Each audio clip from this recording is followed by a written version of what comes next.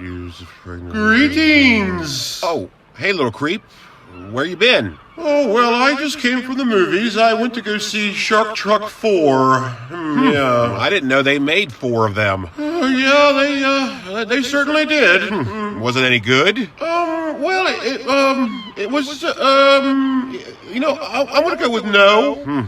Well, they can't all be gold. Yeah, I guess, but you'd think they would try a little harder. Why do they make sequels so terrible? Why do they all suck so badly? Yeah, there's a lot of shitty ones, but a lot of pretty good ones, too. Yeah, I suppose, but what on earth happened to you? You have hair. How did that happen? Well, I started using this new horse shampoo, and it's working a little too well. So I was reading to see if there's any weird side effects that I should be concerned about. You mean like the vitamins in the shampoo that's meant to strengthen horsehair would somehow fuse with your DNA? I don't know. It could happen, I guess. Oh, sure. That explains the rapid hair growth. You're becoming a horseman. Then I would be half centaur. Yeah, supposedly we all are. Yeah, jokes about Greek mythology are always hit or myth. But then again, I'm sure you're fine and there's no side effects, so we'll see. Yeah. I tell you what, I'm gonna go get a sugar cube. You hold down the fort. I'll be right back. Okay, mateys, while Captain Adam slowly turns into a horse, let's take a look at the wide world of movie sequels. I bet VC Arnold knows all about it. Hey, VC Arnold! Initializing interface. VC Arnold activated. Stand by. Hello, VC Arnold. What can you tell us about the world of movie sequels? Processing queries found regarding sequels, making up a little over 30% of the cinema landscape. Sequels are a huge part of film, though oftentimes criticized for being inferior to the original film. The impact of a sequel is undeniable and inevitable. Critiquing of a sequel is usually derived from the incorrect perception of the viewing audience. Because unbeknownst to said viewing audience, there are many different varieties of sequels, oftentimes is misrepresented in the marketing of the film, resulting in that sequel being automatically despised. Oh my, well that sounds very interesting. Do you think you could whip us up an episode real quick?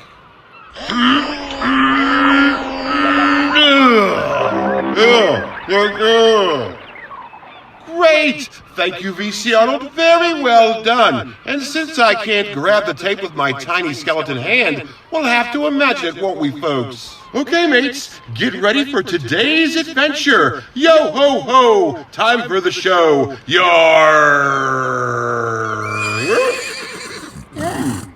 How do you like that?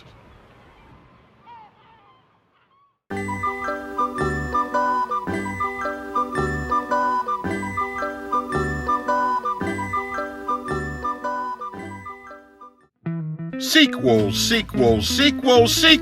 everywhere. There are sequels that suck, sequels that are okay, and sequels without equals. As we all know, a sequel is a continuation of a story in either film or literature form. But mainly the concept is synonymous with cinema, and man, oh man, are there plenty of examples. However, as I had mentioned, they exist in literature as well. In fact, that's how the whole thing got its start. Yeah, as early as the late 17th century, the concept of the sequel was being cranked out in print form, and follow-ups to popular books and plays were most certainly a thing. And this would continue on throughout the centuries, and with the advent of cinema, it gave the concept a brave new world to work in. Now, all that's fine and good, and maybe a little bit obvious, but what does it all mean? Where does sequel come from? What is the origin of this word that we clearly take for granted and pretend we know what it means? Well, basically, it comes from the same place every other word we use comes from, Latin. Yes, sequel comes from the Latin word seque or sequa, which means to follow, and it's a derivative of sequela, which means body of followers, which, in case you were wondering, is also where we get the word sequence, which is what a sequel is, a sequential story, a sequence of events that leads to a bigger picture. Sequela was given a little bit of the old je ne sais quoi with an old French term, sequel, and eventually that word just got changed to simply sequel, and voila! Sequels are a massive part of the cinema landscape, and not only are they a way to continue a story, but also a way to cash in big on a movie concept, even if it's totally unnecessary, unwanted, and makes no sense whatsoever. I mean, come on. Did the leprechaun really have to go to space? Did Jason really have to go to Manhattan? Do we really need to see a Tremors movie that was set in the Wild West? The answer to all these questions is no. Trust me, there is an infinite amount of examples of this. Did we really need 5 Scorpion King movies? Was I absent the day that people were just clamoring for more? And how about The Land Before Time, which was released in theaters November 18th, 1988. The animated Don Bluth feature film that starred cute little dinosaurs and had those hand puppets from Pizza Hut. You know, the ones that were supposed to be for kids, and even though you were a kid, you still couldn't fit your big fat hand in it. Oh, well, here, try this. Grease it up first. Wipe a slab of my meat lover's pizza on it. And even if you could get it on, you couldn't get it back off again, and you had to play Contra with Ducky stuck to your hand. Yeah, I can't get my quarters out of my pocket with Ducky on my hand. Well, anyways, take a wild guess as to how many Land Before Time movies there ended up being. Go ahead, guess. Well, let's see. It was at least mildly successful, so it had to have at least 1 sequel. Yeah, you could say that. Okay, so, 2? Nope, keep going. 3? Nope. 5? Nope. 7? Nope. What is it, something like 14? Yes. What? Yep, there's 14 Land Before Time movies. And look at that. They're still kids, for heaven's sakes. I mean, come on, they would have grown up by now. So really, the thing about sequels is they don't have to make sense or even be wanted. If a movie shows any kind of commercial success, chances are there's going to be at least 1 sequel. Or in the Land Before Time's case, 13 of them. Now, as you might have guessed, none of those Land Before Time sequels were released in theaters, which is why sequels are pretty much synonymous with the dreaded term direct-to-video, which usually means the film's distributors doesn't think the movie is worth too much of a damn to be put in theaters to begin with. And hence, direct-to-video movies are usually regarded as dog shit. But, and as I've talked about in previous episodes, it doesn't necessarily mean that the film is bad, even though most times it does mean that, but sometimes it simply doesn't. The film distributor doesn't want a theatrical release, or the producers don't want to fool with it. There's numerous reasons. Either way, sequels are synonymous with direct-to-video releases, as in the case of the Scorpion King movies, the Land Before Time movies, and the list goes on and on and on and on and on and on and on. Yes, the sequel is a strange beast. Sometimes it works, some movies deserve a sequel, some movies need a sequel, and some movies, absolutely no matter how hard you try to crowbar a plot in there, do not need a sequel. But, much to our chagrin, they get one anyway. Now, the general consensus on the sequel is that they typically suck. But I find this to be sort of an urban myth and basically a misconception, because I believe that there's more good ones than bad ones, but also there's plenty of bad ones. However, just because you think a sequel is bad doesn't mean it really is. Now, of course, everything is subjective, and your opinion is your opinion. But what I mean is I think there's a certain way to view sequels that usually doesn't come across very well, meaning that there is a certain method to them, a psychology, if you will, and how we perceive a sequel isn't necessarily how it was meant to be presented. But then again, sometimes a sequel is just plain dog shit. But for the most part, sequels aren't as bad as we make them out to be, and it really comes down to how we view them. Perception is everything. There's a science to it. And today, we're going to take a look at the world of movie sequels and why we think some suck, and why we think some work so well, and why we're probably wrong about the whole thing. Because it's today's adventure, the psychology of sequels.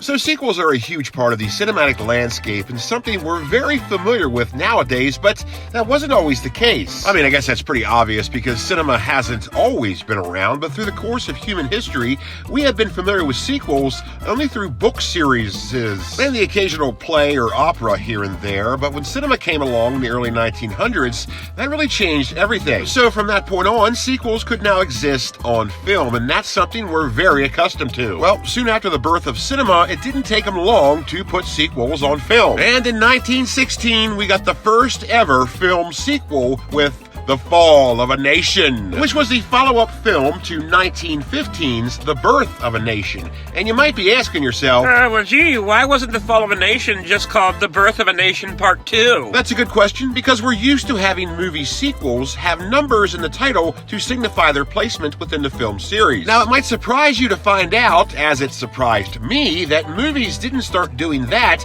until way into the sophomoric years of cinema. And this would be with the 1957 Hammer Films sci-fi horror flick, Quartermass 2, which is pretty coincidental because I had just talked about that film in the last adventure, the Hammer Films Halloween Spectacular. So before 1957, the title of a sequel would usually just be a clever derivative of the original film's title, which is the case for any of the Universal Pictures Frankenstein movies, most notable being The Bride of Frankenstein, which, by the way, is regarded as one of cinema's greatest sequels, because it follows the atypical sequel formula to a T. It's a direct continuation of the first movie and furthers the story arc perfectly, which is really what you want in a sequel. You need to make the audience believe what they're watching is necessary. But that's where a filmmaker and/or a writer needs to be careful, because the longer you continue a film series or story, the more that necessity seems to go out the window. And usually, if a film has a second sequel or third movie,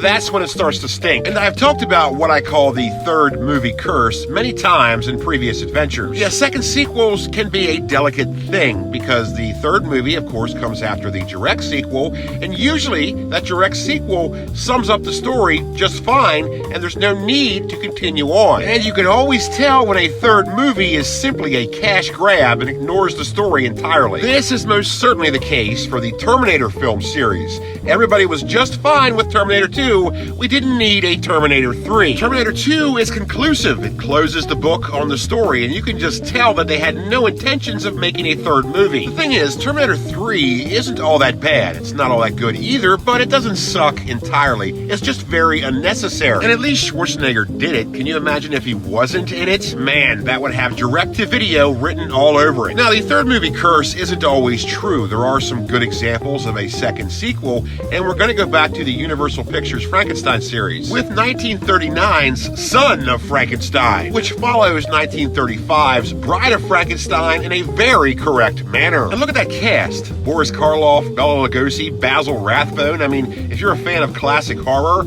you gotta watch this movie. Yeah, the first three Universal Pictures Frankenstein movies are very well done and an excellent example of a successful film trilogy. Now, I know the Universal Pictures Frankenstein film series is not a trilogy because there were more than just three movies. But man, there really shouldn't have been, but we got a follow-up to The Son of Frankenstein in 1942 with The Ghost of Frankenstein. And this is where it all sort of just starts to stink. And if you have a successful second sequel, you might not be as lucky with a third sequel. Turning one movie into four movies is pretty risky because usually the audience isn't retaining the same interest it had with the first movie. With any luck, the audience likes the first movie enough to want a sequel. With even more luck, they like that sequel enough to want another sequel. But after that, you're really pushing it.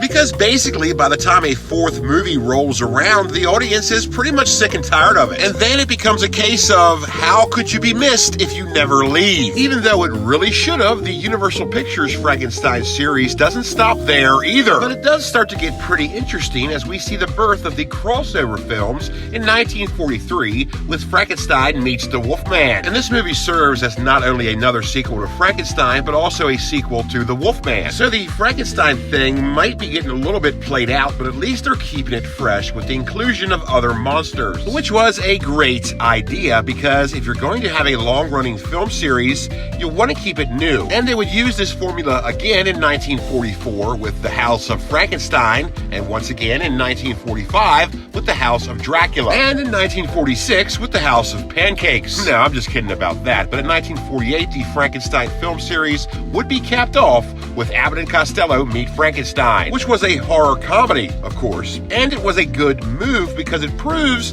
that Universal Pictures wasn't taking themselves too seriously. Perhaps they realized they made far too many of these movies and they just wanted to do something different. For a movie to have more than 2 sequels and go beyond a trilogy is actually pretty rare. And in the overall spectrum of things, there aren't too many film franchises that do this. Usually this sort of thing is reserved for science fiction movies like Star Trek or Planet of the Apes, but also it's very prevalent in horror. And I mean very prevalent. Really, it seems like you can't have a horror movie without it turning into a damn saga. But it does work pretty well because in the horror genre, it seems like you can get away with a whole lot more. And the more outrageous it is, the better off you are. This is certainly true with the Nightmare on Elm Street series. I mean, those movies get downright bonkers, especially when you consider that the first movie is so grim and serious and downright scary, but then you flash forward a couple years and Freddy Krueger is rapping with the Fat Boys. The Friday the 13th film series would just continue to get more and more out of its gourd. The first movie is very well done, very scary, very suspenseful, a classic piece of modern era horror. The iconic Jason Voorhees is not even in it. Instead, his mother is the killer. The second movie, Jason Voorhees is revealed. However, he does not wear his famous hockey mask. Instead, it's a burlap sack, something in which I always thought was a little bit more scarier. He doesn't get his hockey mask until the third movie, and after that, things just sort of go wherever they want. The first couple of sequels are basically the same thing, innocent enough, but then it goes a little off the rails. Eventually in the film series, there's a girl with telekinetic abilities. Jason goes to Manhattan. Jason goes to space. Jason goes to hell. I mean, I'm not really sure what the direction is here. But it works so well because the whole thing is just outrageous to begin with. The success of this film series wasn't exactly anticipated. In fact, the third movie was supposed to be the final one, which is why it's rather conclusive, but we all know how that turned out. Yeah, conclusive schmonsmoosive. And when you have a successful character like Jason Voorhees, or for that matter, Freddy Krueger, it's really hard to wrap up a story, especially when those characters are making you mucho dinero. And speaking of that, let's segue into another very successful horror franchise, Halloween, which has another popular character in Michael Myers, but it would be that very character that would be the downfall of the original intentions of this film series. Halloween was supposed to be a film series comprised of movies that were episodic, non-linear showcases of certain stories. They were movies that were going to have nothing to do with each other. Think of it as longer episodes of Tales from the Crypt. The first movie was going to be about Michael Myers, the second movie about something entirely different, and so on and so on and so on. The problem here was that Michael Myers was so successful and was so popular that the people wanted to see more of him, prompting the second Halloween to once again be all about Michael Myers. And this is where the trouble began, because instead of making the third movie about Michael Myers as well, they decided to keep the original intention intact and make the third movie have nothing to do with the first two. And that, as you could imagine, went over like a turd in the punch bowl. The people just didn't get it. Now, this whole concept might have worked had it not been for the second movie including Michael Myers. When you have more than one movie that features the same character, whatever direction you're trying to go with the film series, better include that character. Halloween 3, Season of the Witch, did not do this, and a price was paid. And while this film is fine on its own, having it part of the Halloween saga doesn't make a lot of sense. This film's misunderstanding was so grand that in order to save the Halloween franchise, they had to call the fourth movie The Return of Michael Myers to let everyone know that their favorite William Shatner mask-clad killer was back. Of course, that film had its fair share of criticism as well, and by this time, the horror movie sequel was sort of becoming its own parody. And this would be one of the many contributing factors to the general misconception that all sequels suck. A lot of people feel that sequels are their own bad joke, but all sequels, in fact, do not suck, and you really can't paint them with such a broad brush. There are two sides to this coin and plenty of representations of both good and bad. For example, Crocodile Dundee 2 was far superior to the first film, but something like Bill and Ted's Bogus Journey, the sequel to Bill and Ted's Excellent Adventure, should have never been made. Bill and Ted's Excellent Adventure was very successful, very popular, and it was just fine as it was. It should have been left alone. It needed to be left alone. It was a movie that you really couldn't do more with. Those characters were funny to watch in one film, but you're asking an awful lot to put them in another. Yeah, a little bit of them goes a long way, and we were all just fine with one film. And that one film was great, and like I said, very successful, and it would be because of that success that we got another Bill and Ted movie. And this is where the sequel that exists only to be a cash grab comes into play, because Bill and Ted's Bogus Journey was clearly that. I mean, what are you supposed to do with it? The first movie wrapped things up pretty nicely and showed no signs of a sequel, so where are you supposed to go from there? And that explains why the second movie is so batshit crazy. But it doesn't stop there, and in 2020, Bill and Ted would become a trilogy. Really think about that for a second. 2020. Bogus Journey was released in 1991. 29 years after that film was released, they decided to make a third movie. And talk about your third movie curse, because this one went nowhere except down. This was a stink bomb that stunk up the box office. People hated it. Hardly anyone went to go see it, and those that did immediately regretted their decision. There was basically no interest in this film whatsoever, because 29 years is far too long a time to wait for a sequel, especially when it's a sequel to a sequel that nobody wanted. So you really got to be careful and mind your time frame of when you release another sequel, because the longer you wait, the further the interest in whatever story you're trying to tell dwindles. Speaking of that, and speaking of the third movie curse, we're going to bring it back to Crocodile Dundee. Yeah, you might be fortunate enough not to realize that Crocodile Dundee is a trilogy, with Crocodile Dundee in Los Angeles, which is an easily forgotten film, mainly because it shouldn't exist, but it did do well financially. It had a $39 million box office to counter a $25 million budget, but critically it didn't do so well, and it's pretty much despised. It was widely criticized as being unnecessary and belated, which brings me back to my point, which is the time frame. Crocodile Dundee 2 was released in 1988. When do you suppose that Crocodile Dundee in Los Angeles was released? Let's see. Well, you sound pretty severe, so I'm going to go later. How about 1995? Nope. Guess again. 96? Nope. 97? Big nope. 98? Negative. What is it? Something like 2001? Yep. What? Yeah, Crocodile Dundee 3, otherwise known as Crocodile Dundee in Los Angeles, was released in 2001. Crocodile Dundee was very popular and an iconic character of the 80s. To think of him as a product of the new millennia is sort of weird, and it just did not work. So the time frame is very important. A sequel has to come within a certain number of years after the original film for it to still render its interest. But the problem with Crocodile Dundee in Los Angeles wasn't the fact that people weren't interested in it. Obviously they were. They went to go see it. The box office numbers reflect that. The problem, and where all the negative criticism came from, was the fact that it was highly unnecessary. So it is possible to wait a long time to make a sequel and still have it be a success, but you have to make sure what you're doing is a necessity. Let's bring it back to the Terminator film series, which is a prime example of this. The first movie was released in 1984. The second movie was released in 91, which is a pretty long amount of time, but not too bad. Well, I guess that is a pretty long amount of time to wait for a sequel, but considering the subject matter, it doesn't really make a difference. And it didn't make a difference because people went out in droves to see this. It made no difference how long they had to wait for a Terminator sequel. They wanted to see what happens next. They needed to see this. It was a necessity because there was massive interest in the subject matter. And the film delivered quite well. It was critically acclaimed as being pretty awesome. So you can wait a long time to make a sequel, but to have it be a success, there has to be a combination of interest in the subject matter, a necessity to see it, and it has to be good. And all of these things were certainly not the case for Speed Zone, which is a movie that checked absolutely none of those boxes, and believe it or not, it is the third Cannonball Run movie.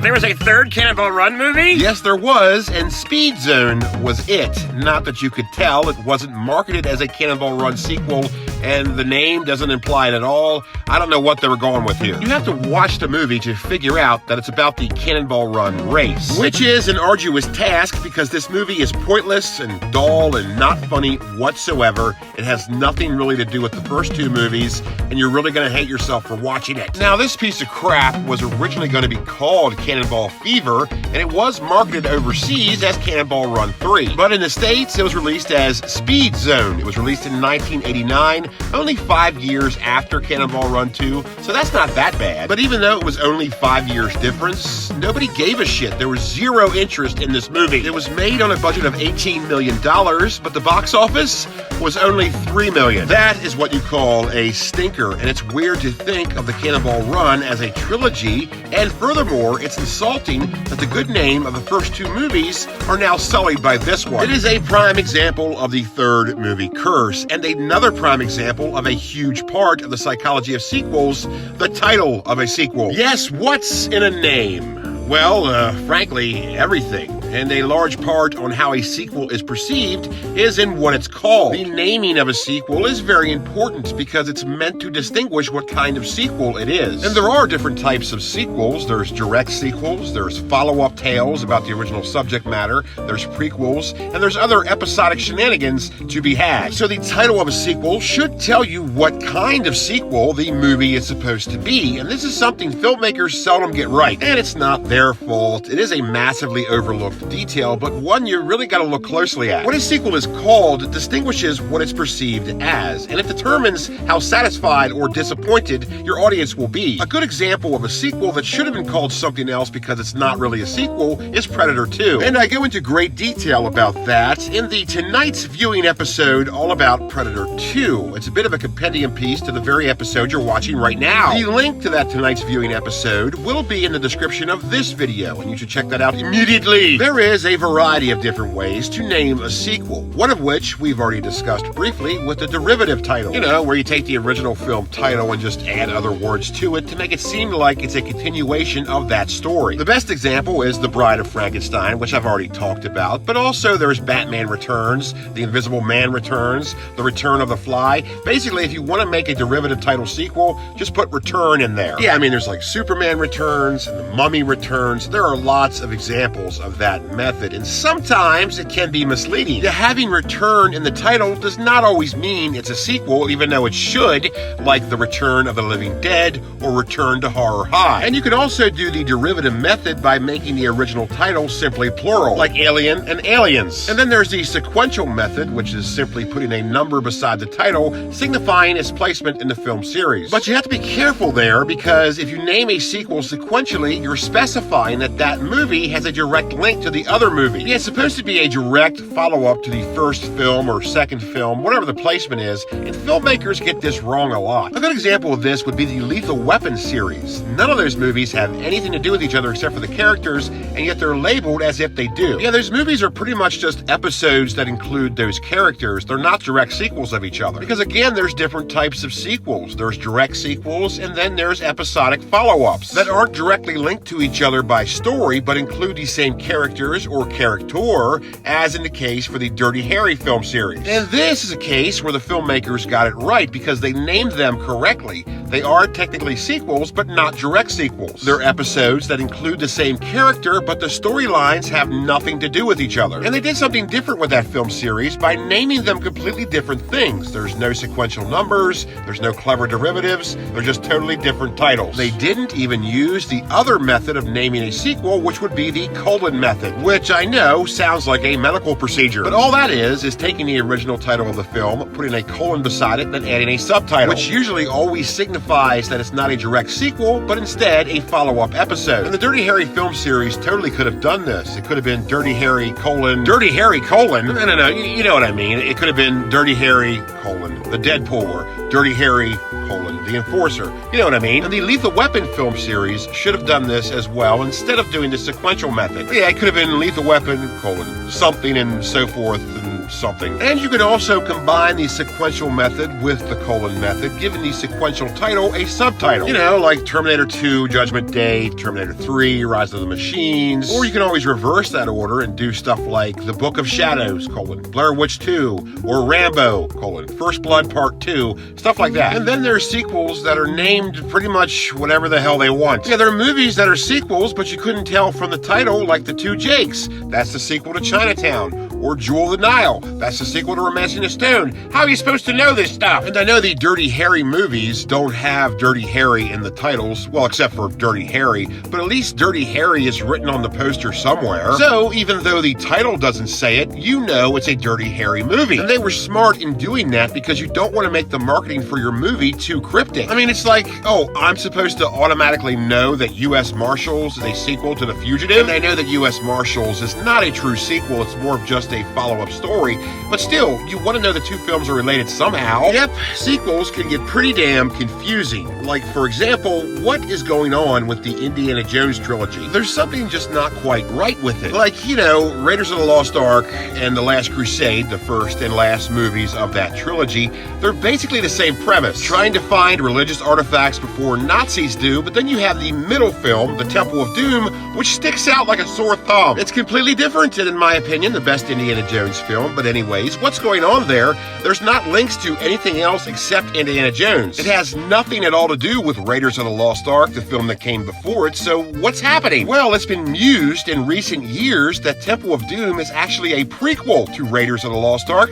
How is anybody supposed to know that? Nobody said a damn thing about that when it first came out. Everybody thought it was a Raiders of the Lost Ark sequel. But I guess that's on us because nobody specified either way back then, so whatever. Yeah, things aren't always as they seem, and sequels aren't always as cut and dry as they really should be. And sometimes, just sometimes, a film that's perceived as a sequel isn't a sequel at all. And I mentioned Superman Returns earlier, but I really shouldn't have because that's not a sequel to anything. Well, not really. Yes, in another example of stunningly cryptic marketing, 2006's Superman Returns was meant to be a homage sequel to 1978's Superman. So it's not really a true sequel, or a direct sequel, or not even a sequel at all. Yeah, it was some sort of tribute piece. I don't really know what it was supposed to be, but it was meant to pick up after the events of 1980's Superman 2. Yeah, and it totally ignored the events of Superman 3, Supergirl, and Superman 4, The Quest for Peace, and nobody got it. It was just too hard to understand. I mean, is it a Superman sequel or not? Come on! Yep, the whole premise was just too damn confusing, and it was a flop because of it. Sequels are a very fickle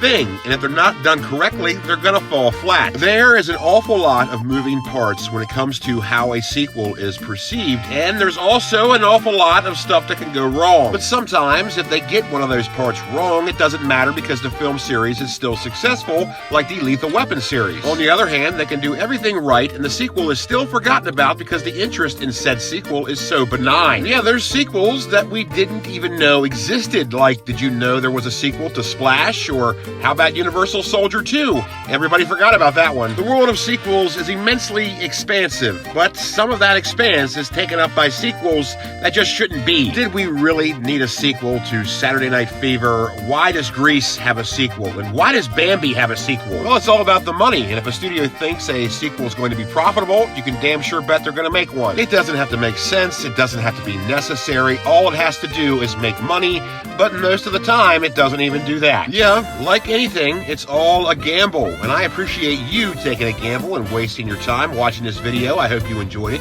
Thank you very much for tuning in, and be sure to hit subscribe. Also, share this shit. Spread the word a bit. You know, I could use all the help I can get, and since I'm not a hot chick with her cleavage hanging out in the thumbnail, I don't get a lot of views. Or maybe I'd be more successful if I were to hire a hot chick to pretend to do ASMR. You know, she just flutter her fingers around while wearing a low-cut shirt. You know the type. Or maybe I'd have that same hot chick that I hired to just speed run Super Mario Brothers or eat a McRib. Whatever. The point is, I don't have any of that stuff. I have to rely on my own content, which is educational, intelligent, and entertaining to say the least. So all you gotta do is hit subscribe and we'll all be happy. And if you like the content here, please consider supporting me on Patreon by joining the Skeleton Crew. I do hope you enjoyed our little trip through the world of sequels, and oddly enough, this episode's gonna have its own sequel, with the Psychology of Sequels 2, The Trial of Trilogies, where I take a closer look at the third movie curse that I'm so fond of. And that'll that'll premiere sometime in 2023, I guess. We'll see. So thank you very much for tuning in. Take care out there, and I'll see you next time only on Captain Adam's VHS Pirate Ship.